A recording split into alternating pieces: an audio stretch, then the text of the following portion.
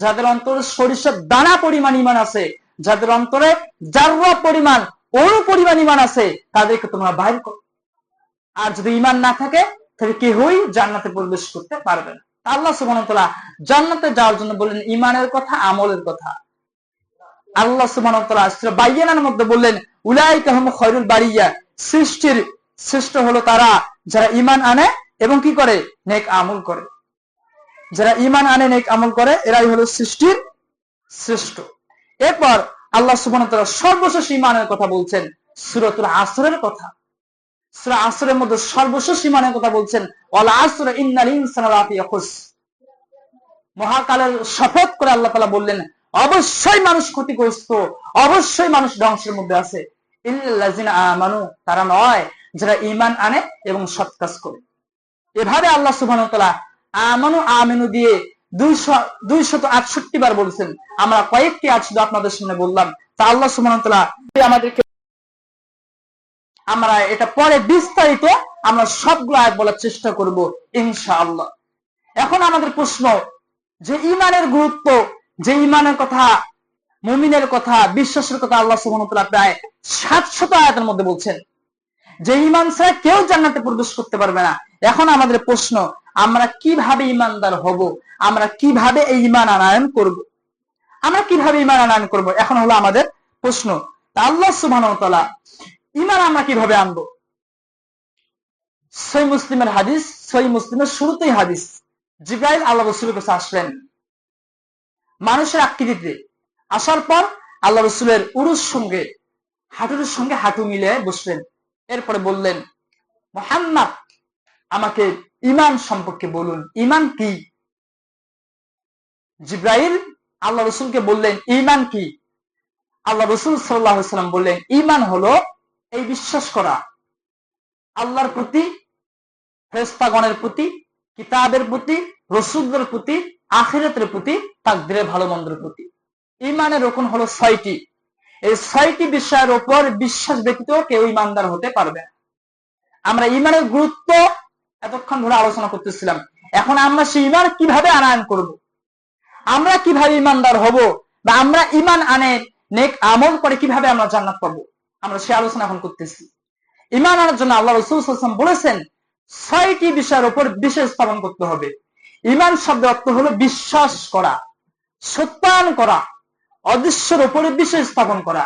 আল্লাযীনা ইউমিনুনা বিল গায়ব, গায়ব মানে অদৃশ্য, যে জিনিস আমরা দেখি না, অদৃশ্যের উপর বিশ্বাস স্থাপনকে বলা হয় ঈমান।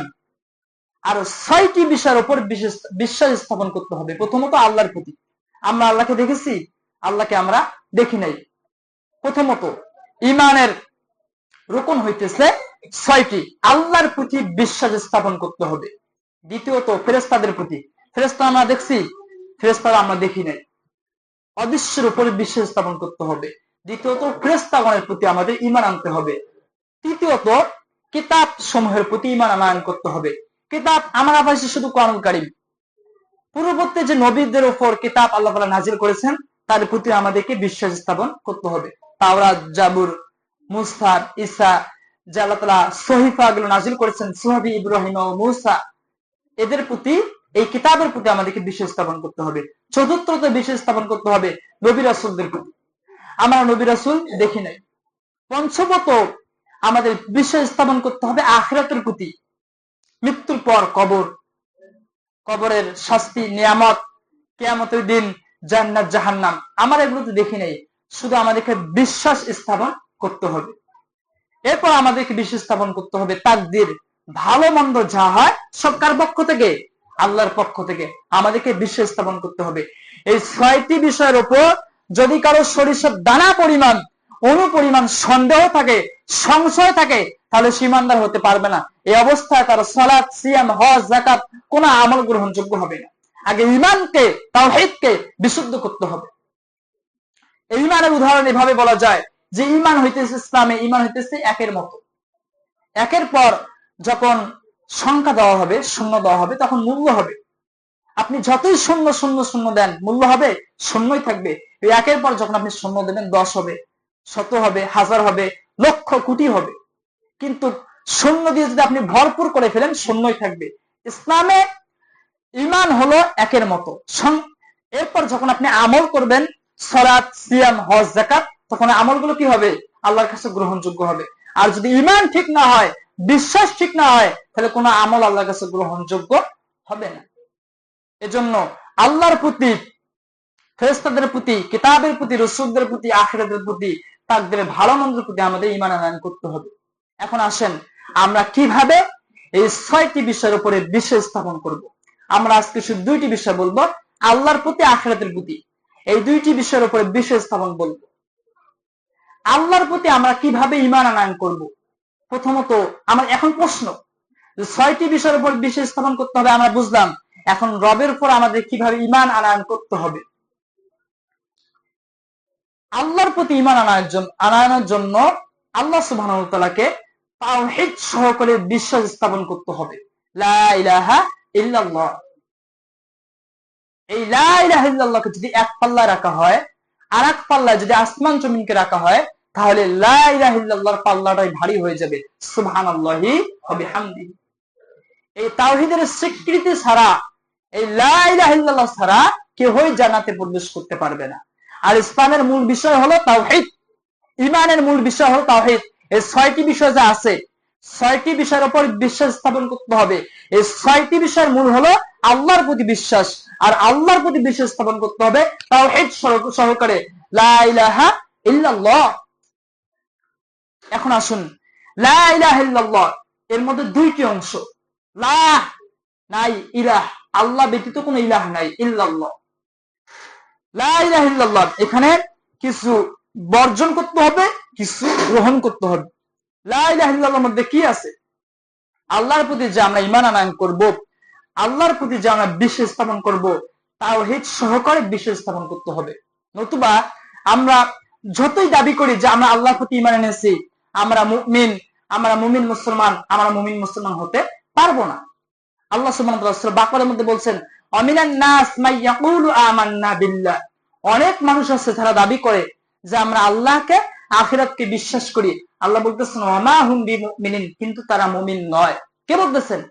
শুধু আল্লাহকে বিশ্বাস করলেই, আখিরাতকে বিশ্বাস করলেই মুমিন হওয়া যায় না। আল্লাহ বলতেছেন ওয়া মা হুম বিমুমিনিন, তারা মুমিন নয়। এরপর আল্লাহ সুবহানাহু ওয়া তাআলা বলতেছেন অধিকাংশ মানুষ, পৃথিবীর অধিকাংশ মানুষ আল্লাহকে বিশ্বাস করে, অধিকাংশ মানুষ আল্লাহকে বিশ্বাস করা সত্ত্বেও আমা ইউমিনু আকসারুহুম বিল্লাহি ইল্লা ওয়া হুম মুশরিকুন। অধিকাংশ মানুষ আল্লাহকে বিশ্বাস করা সত্ত্বেও তারা মুশরিক হয়ে যায়, নাউযুবিল্লাহ। তার মানে তারা আল্লাহকে বিশ্বাস করে সাথে সাথে শিরিক করে। তো শুধু যদি আমরা দাবি করি সৃষ্টিকর্তা, লালনকর্তা, পালনকর্তা, রিজিকদাতা আল্লাহ, শুধু এতটুকু বিশ্বাসের নামে ঈমানদার নয়। শুধু এই বিশ্বাস করলে ঈমানদার মুসলিম হওয়া যায় না। আল্লাহকে বিশ্বাস করতে হবে তাওহীদ সহকারে, লা ইলাহা ইল্লাল্লাহ, যে আল্লাহ ব্যতীত কোনো ইলাহ নাই, আল্লাহ ব্যতীত আইনদাতা, বিধানদাতা, সৃষ্টিকর্তা, লালনকর্তা, পালনকর্তা, রিজিকদাতা আর কেউ নাই। এটাই হলো লা ইলাহা ইল্লাল্লাহ। এই লা ইলাহা ইল্লাল্লাহ যদি পড়ি, আবার যদি আমরা তাগুতের শরণাপন্ন হই, এই লা ইলাহা ইল্লাল্লাহ যদি পড়ি, যদি আমরা কবরে যাই, মাজারে যাই, তাহলে আমাদের লা ইলাহা ইল্লাল্লাহ, আল্লাহর প্রতি ঈমান, আল্লাহর প্রতি বিশ্বাস স্থাপন ঠিক থাকবে না। ঈমানের শর্ত আছে। এই তাওহীদের রকম হলো 2টি আছে, আমাদেরকে জানতে হবে। আল্লাহ সুবহানাহু ওয়া তাআলা সূরা মায়েদা 6 নম্বর আয়াতের মধ্যে বলতেছেন, হে ঈমানদারগণ, যখন তোমরা সালাতের প্রস্তুতি নাও, তখন তোমরা কি করো? উযু করো। সালাতের জন্য শর্ত হলো কি? উযু। ঠিক লা ইলাহা ইল্লাল্লাহর শর্ত হলো 2টি। লা ইলাহা ইল্লাল্লাহ শর্ত হলো 2টি। আল্লাহ সুবহানাহু ওয়া তাআলা সূরা মায়েদা 6 নম্বর আয়াতের মধ্যে বললেন যে হে ঈমানদারগণ, যখন তোমরা সালাতের জন্য প্রস্তুতি নাও, তখন তোমরা কি করো? উযু করো। আল্লাহ সুবহানাহু ওয়া তাআলা উযুর কথা বললেন। 2 হাতের কুলি সহ মুখমণ্ডল মাথা মাসাহ করো, 2 পায়ের টাকনু সহ ধৌত করো। আর যদি পানি পাওয়া না যায়, সফরে থাকো, অসুস্থ হও, অথবা পায়খানা থেকে আসো, আল্লাহ বলতেছেন, অথবা স্ত্রী কাছ থেকে আসো, পানি নাই, অসুস্থ, তখন কি হবে? আল্লাহ সুবহানাহু ওয়া তাআলা নিজেই বলতেছেন, ফতোয়া তিনি দিতেছেন, যদি পানি পাওয়া না যায়, অসুস্থ অথবা সফরে আছে, সেই স্ত্রী ব্যবহার করেছে, স্ত্রীর সঙ্গে সহবাস করেছে, পানি নাই, সে কি করবে? আল্লাহ বলতেছেন পবিত্র মাটি দ্বারা তায়াম্মুম করবে। কে বলতেছেন? আল্লাহ তাআলা। এটা হলো সালাতের জন্য শর্ত। উজু করতে হবে, উজু পাওয়া না গেলে পবিত্র মাটিতে তায়াম্মুম করতে হবে। সালাতের জন্য যেমন সত্য আল্লাহ সুবহানাহু ওয়া তাআলা বলছেন, ঠিক ঈমানের জন্য সত্যের কথা আল্লাহ সুবহানাহু ওয়া তাআলা বলছেন। ঈমানের সত্য কি?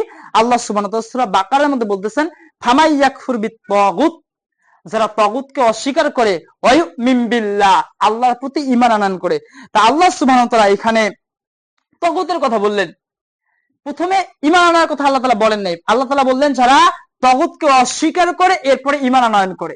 তার মানে হইতেছে তাগুতকে যদি অস্বীকার করা না হয় তাহলে তার ঈমান গ্রহণযোগ্য হবে না। যেমন আমাদের অন্তরে যতগুলো গায়রুল্লাহ আছে, পীর বাবা, খাজা বাবা, গাজা বাবা, শাসক ঘোষক যত আছে, এই সবগুলোকে বর্জন করতে হবে। সবগুলোকে বর্জন করে এক আল্লাহকে, এক ইলাহকে গ্রহণ করতে হবে। এটাই হলো লা ইলাহা ইল্লাল্লাহ। তাওহীদের লা ইলাহা ইল্লাল্লাহ সত্য হলো দুইটি। প্রথম হলো তাগুতকে অস্বীকার করা, আল্লাহর উপর ঈমান আনা। এই তাগুতকে যদি আমরা অস্বীকার না করি তাহলে আল্লাহর উপর ঈমান আনা এই দাবি হবে ভিত্তিহীন, এই দাবি আল্লাহর কাছে গ্রহণযোগ্য হবে না। এখন প্রশ্ন, আমরা তাগুতকে কিভাবে চিনবো, তাগুতকে কিভাবে অস্বীকার করব? সম্মানিত দিনী ভাই ও বোন, যারা অনলাইনে আমাদের আলোচনাগুলো শুনতেছেন, আমরা বলতেছি ঈমানের কথা, যে ঈমান ছাড়া পৃথিবীর কোনো মানুষ জান্নাতে যেতে পারবে না। ঈমানের রকম হলো 6টি। এর সর্বপ্রথম হলো আল্লাহর প্রতি বিশ্বাস স্থাপন করা, আর আল্লাহর প্রতি ঈমান আনতে হবে তাওহীদ সহকারে, লা ইলাহা ইল্লাল্লাহ। আর লা ইলাহা ইল্লাল্লাহ সত্য হলো দুইটি, তাগুতকে অস্বীকার করা, আল্লাহর প্রতি ঈমান আনা।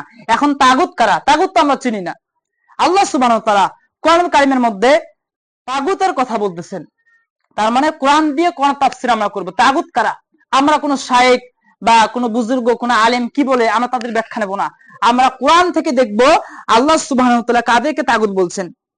আল্লাহ সুবহানাহু ওয়া তাআলা বলতেছেন সূরা নাহল 16 নম্বর সূরা 36 নম্বর আয়াতের মধ্যে আল্লাহ সুবহানাহু ওয়া তাআলা বলছেন, ওয়ালাকাদ বাসনা ফি কুল্লি উম্মাতির রাসূলান আন ইবুদুল্লাহ ওয়াজতানিবুত তাগুত। এই তাগুত শব্দ আল্লাহ তাআলা কোরআন কারীমের মধ্যে বলছেন 8 বার। তাগুত কারা? তাগুতকে অস্বীকার করতে হবে। যদি তাগুতকে অস্বীকার না করা হয় তাহলে ঈমান আমাদের হবে না, আর যদি ঈমান আমাদের বিশুদ্ধ না হয় তাহলে আমরা জান্নাতে প্রবেশ করতে পারবো না। তা আমরা কোরআন দিয়ে কোরআন তাফসীর করব। তাগুত কারা? খুবই গুরুত্বপূর্ণ বিষয়, যেহেতু তাগুতকে আল্লাহ তাআলা বলছেন ফামাই ইয়াকফুর বিত-তাগুত, তাগুতকে অস্বীকার করতে হবে, এরপর আল্লাহর উপর ঈমান আনয়ন করতে হবে। তা আল্লাহ সুবহানাহু ওয়া তাআলা বলতেছেন, ওয়ালাকাদ বাসনা ফি কুল্লি উম্মাতির রাসূলান আন ইবুদুল্লাহ ওয়াজতানিবুত তাগুত। আমি প্রত্যেক জাতির নিকট রাসূল প্রেরণ করেছি, আন ইবুদুল্লাহ, আল্লাহর ইবাদত করবে, ওয়াজতানিবুত তাগুত, তাগুত থেকে দূরে থাকবে। এই আয়াত থেকে আমরা জানতে পারি আল্লাহ ব্যতীত যাদের ইবাদত করা হয়, আল্লাহ ব্যতীত যাদের গোলামি করা হয়, আল্লাহ ব্যতীত যাদের দাসত্ব করা হয়, তারাই হলো তাগুত। সেটা হতে পারে শাসক, সেটা হতে পারে বিচারক, সেটা হতে পারে পীর মুরিদি মাজার, যাদের ইবাদত করা হয় একমাত্র আল্লাহ ব্যতীত এরাই হলো তাগুত।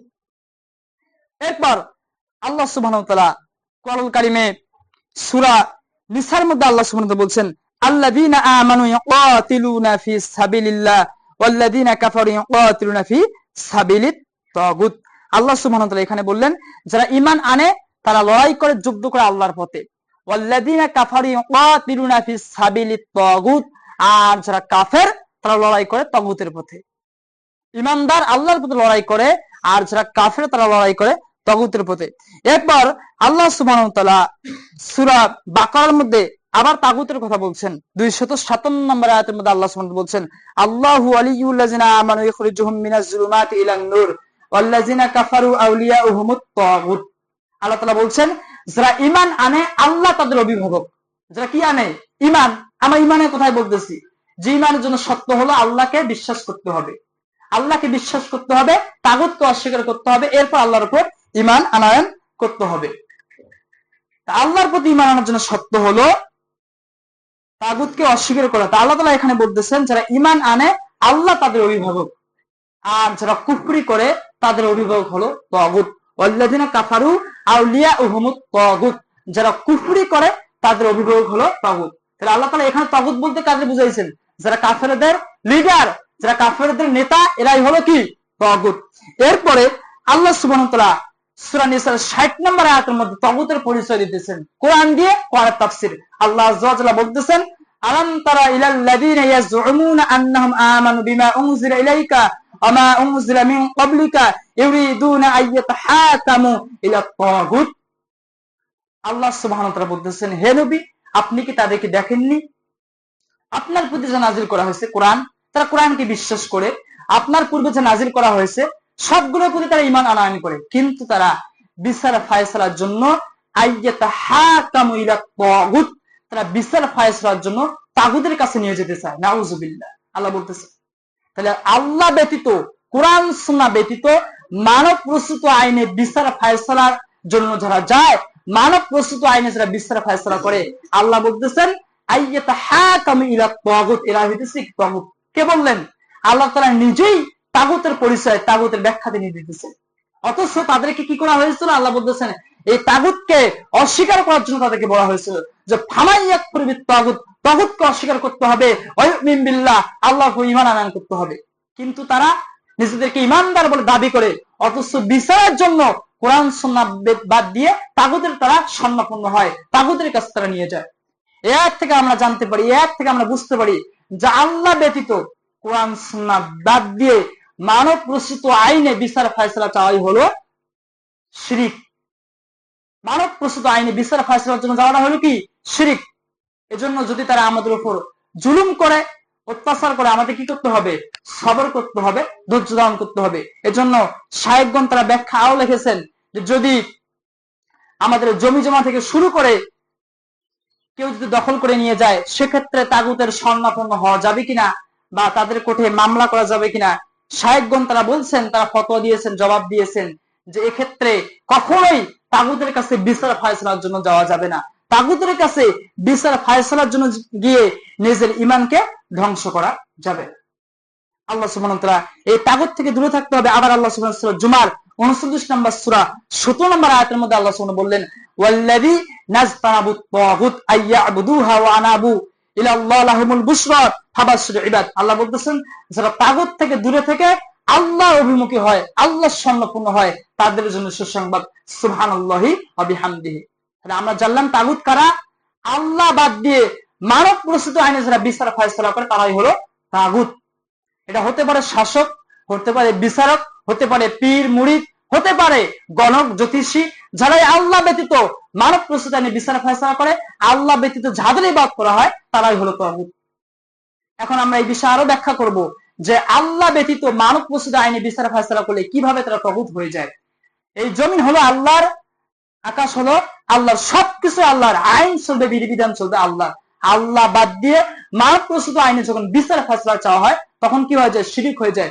আল্লাহ সুবহানাহু ওয়া তাআলা কোরআন কারিমের মধ্যে বলছেন, ইত্তাখাযু আহবারহুম ওয়া রুহবানাহুম আরবাবাম মিন দুনিল্লাহ। আল্লাহ তাআলা এখানে বলছেন যে তারা তাদের ইহুদি খ্রিস্টান, তাদের যে ধর্মীয় আলেমগণ আছে, দরবেশগণ আছে, তাদেরকে ইলাহ হিসেবে মেনে নিয়েছে। এই আয়াত রাসূল সাল্লাল্লাহু আলাইহি ওয়াসাল্লাম আল্লাহ তাআলা নাযিল করলেন। এই আয়াত নাযিল করার পর তারা বললেন যে ইয়া রাসূলুল্লাহ, আমরা তো আমাদের দরবেশদের, আলেমদের, মানে ইহুদি খ্রিস্টান, তাদের যে আহলে কিতাব ছিল, তাদের যে আলেমগণ ছিল, তারা আসার পর বললেন ইয়া রাসূলুল্লাহ, আমরা তো তাদেরকে রব হিসেবে মেনে নেই নাই। আল্লাহ তাআলা যে বললেন যে তারা তাদের আলেমদেরকে রব হিসেবে মেনে নিয়েছেন, তখন আল্লাহ রাসূল সাল্লাল্লাহু আলাইহি ওয়াসাল্লাম বললেন যে ইহুদিগণ, খ্রিস্টানগণ যখন তোমাদেরকে মন মতো কোনো কিছু হালাল বলে ঘোষণা দেয়, তখন তোমরা সেটা মেনে নাও, হালাল হিসেবে যে আমরা নেই। আবার যখন তারা মন মতো ইচ্ছা করে কোনো কিছুকে হারাম বলে ঘোষণা দেয়, তখন তোমরা মেনে নাও যে রাসূলুল্লাহ আমরা তো নেই।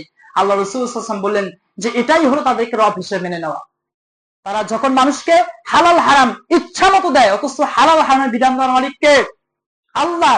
আল্লাহ বাদ দিয়ে তারা ইচ্ছাকৃত যখন কোনো কিছু হালাল বলে, হারাম বলে ঘোষণা দেয়, ইহুদি খ্রিস্টানরা মেনে নেয়, এটাই হলো তাদেরকে রব হিসেবে মেনে নেওয়া। আজকে আমাদের আল্লাহ তাআলা যেগুলো হারাম করেছেন, মদ, জুয়া, লটারি, ব্যভিচার, তারা কি করেছেন? এই সবগুলোকে বৈধ করে দিয়েছে। আল্লাহর হারামকে যারা হালাল করে, হালালকে যারা হারাম করে, যারা মেনে নেয় সন্তুষ্ট চিত্তে, তারাই হলো তাগুতের কি করা? উপাসনা করা, তাগুতের পূজা করা। এই তাগুত থেকে আমাদেরকে দূরে থাকতে হবে। আল্লাহ সুবহানাহু ওয়া তাআলা প্রত্যেক জাতির নিকট এজন্য রাসূল করেছেন যে আল্লাহ ইবাদত করবে, তাগুত থেকে দূরে থাকবে। এই তাগুত থেকে যদি আমরা দূরে না থাকি, তাহলে আল্লাহর উপর ঈমান আনা আমাদের পূর্ণ হবে না। এরপরে আমরা বলতেছিলাম যে আখিরাতের প্রতি আমাদের বিশ্বাস স্থাপন করতে হবে। 6টি বিষয়ের উপর আমরা শুধু আল্লাহর উপর বললাম, এরপর আমরা সংক্ষেপে আখিরাতের উপর বলবো। আখিরাতের উপর আমরা কতটুকু ঈমান আনি। আল্লাহ রাসূল সাল্লাল্লাহু আলাইহি ওয়াসাল্লাম বলেছেন, যখন মানুষকে দাফন করা হয়, দাফন করার পর বুখারীর হাদিস, তখন দুইজন ফেরেশতা তার নিকট উপস্থিত হয়।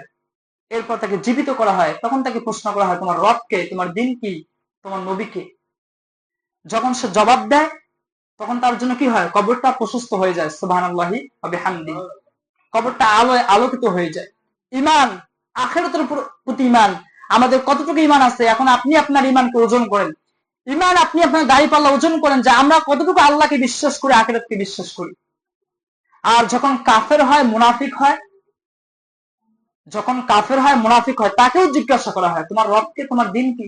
তখন সে বলে, হা হা লা আদরি, আমি তো কিছুই জানি না, আমি তো কিছুই জানি না। আল্লাহ রাসূল সাল্লাল্লাহু আলাইহি ওয়াসাল্লাম বলেছেন যে এরপর তাকে একজন অন্ধ, বধির, চোখেও দেখে না, কানেও শোনে না, এরকম একজন ফেরেশতা তার কবরে নিযুক্ত করা হয়। তার হাতে থাকে লোহার হাতুড়ি। রাসূল সাল্লাল্লাহু আলাইহি ওয়াসাল্লাম বলেছেন, এই হাতুড়ি দিয়ে যদি পাহাড়ের মধ্যে আঘাত করা হয়, পাহাড় ধুলার সঙ্গে মাটির সঙ্গে মিশে যায়। চিন্তা করে, এই হাতুড়ি থাকবে, আল্লাহ রাসূল সাল্লাল্লাহু আলাইহি ওয়াসাল্লাম বলছেন এই হাতুড়ি তাকে আঘাত করা হবে, সে আঘাতের এত জোরে হবে, আঘাতের চোটে সে এত জোরে চিৎকার করবে যে মানুষ ও জিন ব্যতীত সবাই তার চিৎকার শুনতে পাবে। ঈমান, কতটুকু ঈমান আছে আপনার, আমাদের? এখন আপনি ঈমানকে পরীক্ষা করে নেন। এই আখিরাতের প্রতি ঈমান আমাদেরকে আনয়ন করতে হবে। কবরের আযাব, জান্নাত, জাহান্নাম, কিয়ামতের দিন। আল্লাহ রাসূল সাল্লাল্লাহু আলাইহি ওয়াসাল্লাম বলেছেন যে কিয়ামতের দিন যাদেরকে জাহান্নামে প্রবেশ করা হবে, এই আগুন দুনিয়ার আগুনের থেকে ৬৯ গুণ বেশি তেজ বিশিষ্ট। রাসূল সাল্লাল্লাহু আলাইহি ওয়াসাল্লাম বলেছেন যে দুনিয়ার আগুনের একটু জ্বর হলে সহ্য করা যায় না, এই আগুনের তাপ সহ্য করা যায় না, অথচ এর থেকে ৬৯ গুণ হলো তেজ বিশিষ্ট হলো জাহান্নামের আগুন। এখন কতটুকু আমাদের ঈমান আছে? এই দুনিয়ার আমরা সূর্যের তাপ সহ্য করতে পারি না, অথচ কিয়ামতের দিন আমাদের মাথার উপর সূর্য থাকবে, ৭ শ্রেণী ব্যতীত কেউ আরশের নিচে ছায়া পাবে না। আর রাসূল সাল্লাল্লাহু আলাইহি ওয়াসাল্লাম বলেছেন যে কিয়ামতের দিন মানুষের এত বেশি ঘাম হবে, মানুষ এত বেশি ঘামতে থাকবে যে ঘামতে ঘামতে কারো নাক পর্যন্ত, গলা পর্যন্ত ঘাম হয়ে যায়। এগুলো হলো আখিরাতের প্রতি ঈমান। দেখা যায় না, একদিক দিয়ে যেমন আযাব, আর একদিক দিয়ে আছে কি, নেয়ামত। আখিরাতের প্রতি ঈমান আনতে হবে, আল্লাহকে ভয় করতে হবে, এবং ঈমান এবং সৎ কাজ করতে হবে। যদি আমরা ঈমান আনয়ন করতে পারি, সৎ কাজ করতে পারি, তাহলে আল্লাহ তাআলা আমাদের জন্য জান্নাতুল ফিরদাউস রেখে দিয়েছেন। সুবহানাল্লাহি ওয়া বিহামদিহি। যারা অনলাইনে যেখান থেকে আমাদের আলোচনাগুলো শুনতেছেন, দ্বীনি কাজের, দাওয়াতি কাজের উদ্দেশ্যে সবার কাছে এই আলোচনাগুলো আমাদের শেয়ার করে দিন। আল্লাহ সুবহানাহু ওয়া তাআলা কোরআন কারীমের সর্বাধিক শুরু থেকে শেষ পর্যন্ত প্রায় ৭০০ আয়াতের মধ্যে ঈমানের কথা, মুমিনের কথা বলেছেন। আমরা কিছু আয়াত তিলাওয়াত করেছি এবং ঈমানের সত্য, ঈমানের রকম, তাওহীদের সত্য, তাওহীদের রকম নিয়ে আমরা আলোচনা করেছি। তা আল্লাহ সুবহানাহু ওয়া তাআলা আমাদেরকে বিশুদ্ধ ঈমান নিয়ে, শিরক কুফর থেকে মুক্ত হয়ে বিশুদ্ধ ঈমান নিয়ে, আমল নিয়ে জান্নাত ফেরদাউস যাওয়ার জন্য আল্লাহ তাআলা আমাদেরকে তৌফিক দান করেন। আমরা সবাই বলি আল্লাহুম্মা আমিন।